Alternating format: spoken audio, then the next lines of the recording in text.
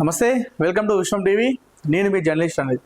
మనకి ఏదైనా సమస్య వస్తే, మనల్ని ఏమైనా ఇబ్బంది పెడితే మనం వెళ్ళి స్థానిక పోలీస్ స్టేషన్లో వెళ్ళి ఫిర్యాదులు చేస్తూ ఉంటాం. కానీ కొన్ని ప్లేసెస్లో పోలీసులే ప్రజలు ఇబ్బంది పెడతా ఉంటారు. ఇలాంటి ఘటనలు ఎన్నో చూసినాం మన గతంలో. తాజాగా ఆంధ్రప్రదేశ్లో ఇదే జరిగింది.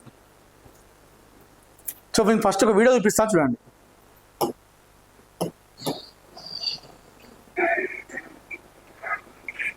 ఆయన సిఐ ఒక మహిళను పట్టుకున్నాడు. పట్టుకొని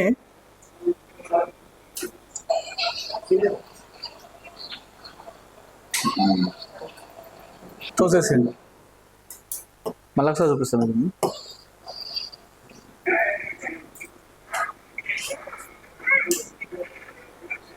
మహిళను పట్టుకొని కింద పడేసింది. సో ఇది కథ. వివరాల్లోకి వెళ్తే, ఆంధ్రప్రదేశ్లోని చిత్తూరులో ఉన్నటువంటి సీతం ఇంజనీరింగ్ కాలేజీలో రుద్రమూర్తి అనే ఒక విద్యార్థి చదువుతా ఉన్నాడు. ఆయనే ఆ కాలేజీలో ఎగ్జామ్స్ జరుగుతుండగా కాలేజ్ బిల్డింగ్ పై నుండి దూకి ఆత్మహత్య చేసుకున్నాడు. కాలేజ్ బిల్డింగ్ మీ నుండి దూకి చనిపోయినప్పుడు ఖచ్చితంగా కాలేజ్ యొక్క బాధ్యత ఖచ్చితంగా ఉంటుంది, ఎందుకంటే ఆ కాలేజ్ పై నుండి దూకింది కాబట్టి. అదే విషయము ఆ రుద్రమూర్తి అనే విద్యార్థి పేరెంట్స్, వాళ్ళ బంధువులు, కుటుంబ సభ్యులు వచ్చి కాలేజీకి వచ్చి యాజమాన్యాన్ని అడిగే ప్రయత్నం చేశారు. అడిగే ప్రయత్నంలో పోలీసులు చేరుకున్నారు. వాళ్ళకి ఇన్ఫర్మేషన్ ముందే పోతుంది కదా. కాలేజీ వాళ్ళు ఫోన్ చేసి చెప్తారు, మా కాలేజీలో చదువుకున్న అబ్బాయి చనిపోయాడు, అందరూ వస్తారు, గొడవ దిగుతారు, మాకు ముందే మాకు ఫోర్స్ కావాలి, మాకు సెక్యూరిటీ కావాలని చెప్పేసి ఎట్లా ఫోన్ చేస్తారు. ఆ ఫోన్ చేసినట్టున్నారు, ఫెయిర్. నా కొడుకు బిల్డింగ్ మీదకి వెళ్ళి దూకిండు, యాజమాన్యం తప్పు ఉందని చెప్పేసి అడుగుదామని చెప్పేసి వచ్చినటువంటి రుద్రమూర్తి తల్లిని, చిన్నమ్మను పట్ల పోలీసులు ప్రవర్తించిన తీరు ఏదైతుందో పోలీసు వ్యవస్థకి అది ఒక మచ్చ అని చెప్పుకోవాలి. ఇలాంటి పోలీసుల వల్లనే చాలామంది పబ్లిక్కి పోలీసులు అన్నా, పోలీస్ వ్యవస్థ అన్నా నమ్మకం అనేది ఉండట్లేదు, రావట్లేదు. చూడండి ఒకసారి. ఒక మహిళను పట్టుకొని ఎవరు అధికారం ఇచ్చిండు? నీకు ఎవరు అధికారం ఇచ్చిండు? తోసేమని చెప్పిందా నీకు నీ పోలీస్ వ్యవస్థ? నీకు పోలీస్ వ్యవస్థ చెప్పింది అప్పుడు తోసేమని? ఇంత గొడవ జరిగినప్పుడు మహిళలు వస్తారు, పురుషులు వస్తారు. ఒక మహిళను పట్టుకొని అవగాహన లేనటువంటి నువ్వు సిఐ ఎట్లయినవే నాకు అర్థం కాదు. నిత్యబాబు, చిత్తూరు తాలూకా సిఐ నిత్యబాబట. మహిళలు వచ్చినప్పుడు మహిళా పోలీసుని తీసుకుపోతారు. ఆ మహిళా పోలీసులతో వాళ్ళు ఆపే ప్రయత్నం చేస్తారు, అడ్డుకుంటారు. నీకు ఎవడు అధికారం ఇచ్చిండు మహిళను పట్టుకొని తోసేమని చెప్పేసి? మహిళను పట్టుకొని అధికారం కవలిచ్చిండు అంటే కాకి డ్రెస్ చేసుకోగానే మొత్తం ఇక ఆకాశం నుండి దిగి వచ్చినట్టు అనుకుంటారా ఏంది? ఇక చూడండి ఒకసారి. అరే ఎంత దారుణంగా పట్టుకొని తోసేసిండు. అదో అది సిఐ అట. అదో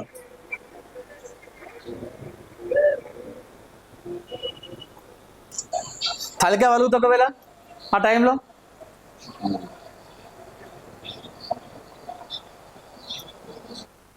పోలీసువా పోరంబోకువా అని చాలా మంది కామెంట్లు పెడుతున్నారు. నేను అనట్లేదు.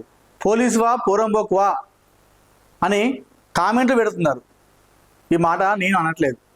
రాక్షసునిలాగా ప్రవర్తించాడు తేబాబు అనేటువంటి సిఐ, చిత్తూరు తాలూకా సిఐ. ఈయన మీద కఠినమైన చర్యలు తీసుకోవాలి ఖచ్చితంగా. ఈ సిఐ పైన సస్పెండ్ చేయాలి.